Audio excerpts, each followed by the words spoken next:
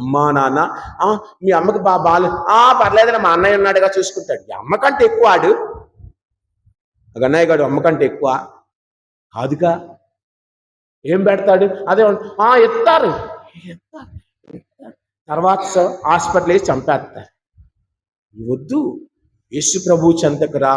ఎన్ని పనులున్నా, ఎన్ని అవాంతరాలు వచ్చినా ప్రభు దగ్గర నీవు కూర్చొని ప్రతిరోజు ఇంటి నుండి బయటకు వెళ్లే సమయంలో ఎంతమంది మన యొక్క ఇంటిలో ఉన్నటువంటి ప్రార్థనా గది దగ్గర, ఇంటిలో ఉన్నటువంటి దేవుని కోసం ఏర్పాటు చేసుకుని చిన్న ఆ చిత్రపటము స్వరూపము దగ్గర నిలబడి, అయ్యా నేను ఈరోజు ఇంటి నుండి కాలు బయట పెడుతున్నాను, నన్ను నా కుటుంబాన్ని క్షేమకరముగా దీవించి తిరిగి ఇక్కడికి వచ్చే విధముగా, గృహానికి వచ్చే విధముగా ఆశీర్వదించు, మా ప్రయాణాలలో మా యొక్క ప్రతి దానిలో తోడుగా ఉందని అడిగి ఎంతమంది కాలు బయట పెడుతున్నాం?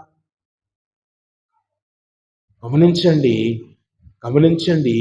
అలాంటి జీవితం నీకుంటే రాగానే ఇంటిలోనికి వెళ్లే సమయంలో మరొకసారి ఆ చిత్రపటము స్వరూపం దగ్గరికి వెళ్ళి, థ్యాంక్ యూ జీసస్, వందనాలయ్య, క్షేమకరంగా నన్ను కుటుంబంలోనికి చేర్చినందుకని. ఎంతమంది మన జీవితంలో ఇళ్ల దగ్గర ఇలా చేస్తూ ఉన్నాం.